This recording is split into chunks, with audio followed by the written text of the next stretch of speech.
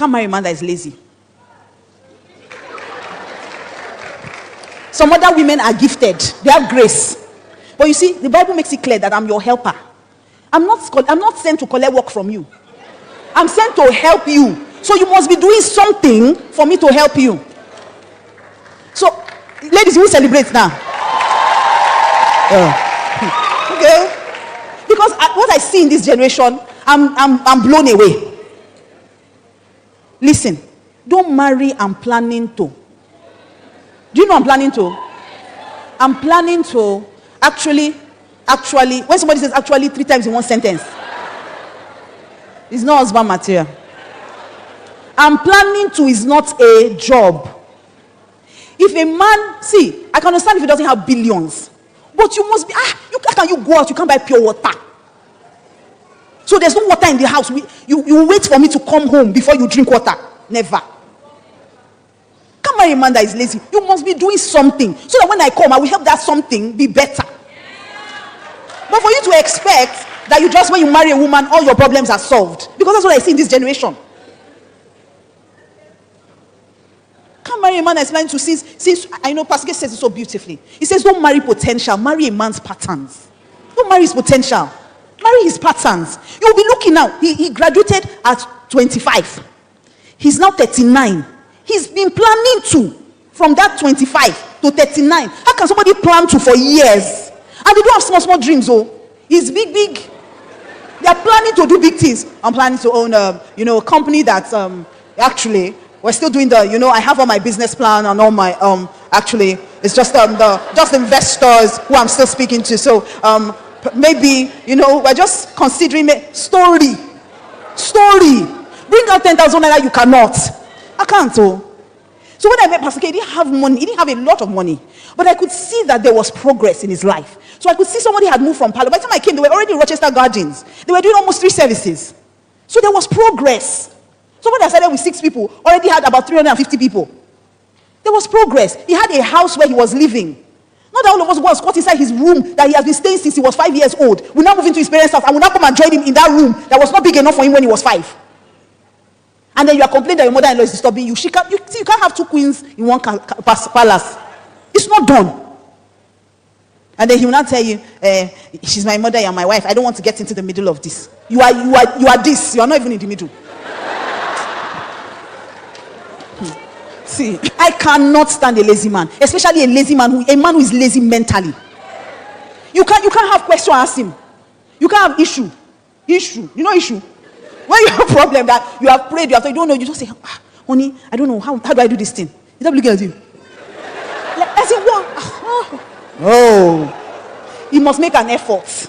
There must be an effort. When I met Pastor K, he didn't have liquid. He wasn't liquid, like plenty money. But he had a house he was staying. He had a car he was driving. I saw his faith had produced. He had dreams that I knew that if I came on board and I put my own favor on it, it would produce.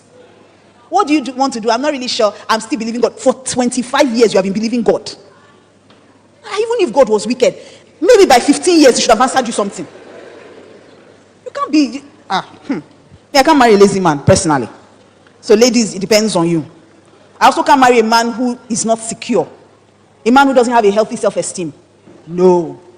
Because I am not going to dull my shine for you. There are things God has told me he will do in my life. So you have to also be doing something great and be confident in what you are doing. It's not that when I'm doing well, you'll not be intimidated by it. You see, it's an insecure man that when you marry him and you are doing well, maybe you come back from work tired that day and you go and lie down and say, because you're not any more than me, we cannot eat in this house. You cannot greet. You cannot. That's where everything you do. You go to the bathroom, he says, because you're now any more than me, you now decide to use the bathroom before me in the morning. What's the problem? If you frown because your tummy is paining you, say you are proud. If you not, as you know, I can't. I'm a man who is secure in himself.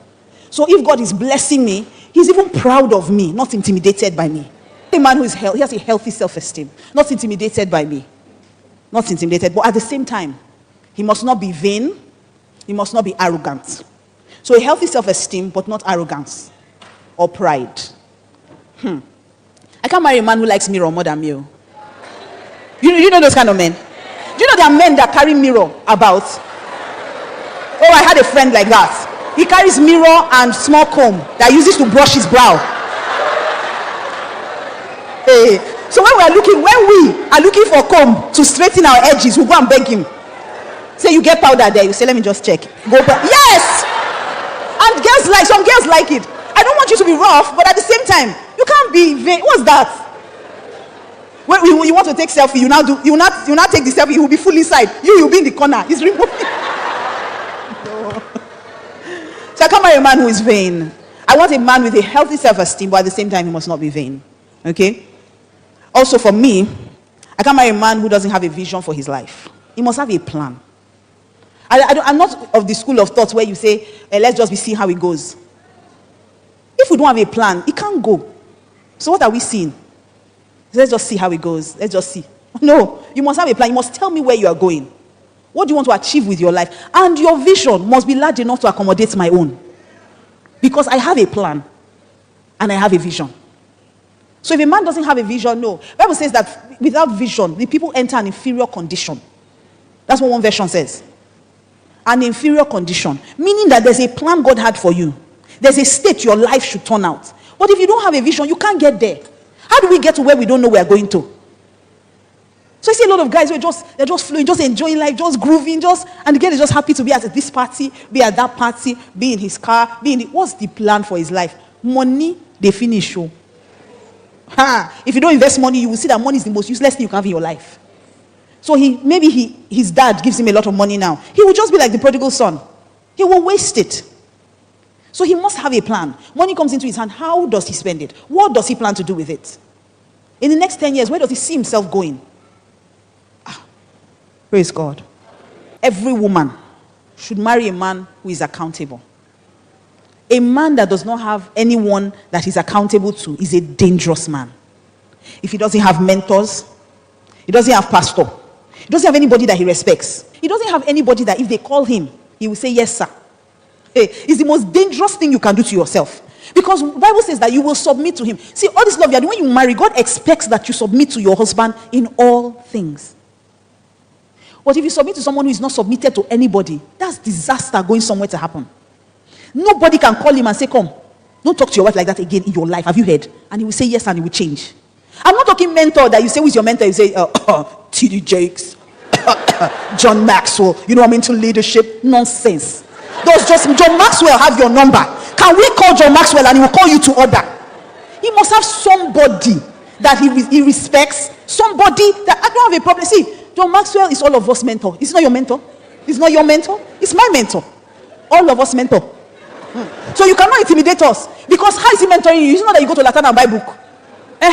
Means we know where we sell his books. But I'm talking about somebody that if your head is touching or a wire gets loose, because it always does, at least once or twice in every marriage, there must be something. The man will just think, I know what I'm doing. You don't know what you are doing. And if I tell you, you will not listen. So I have to call your pastor and say, sir, that thing you told me that his brain will loose, it is loose.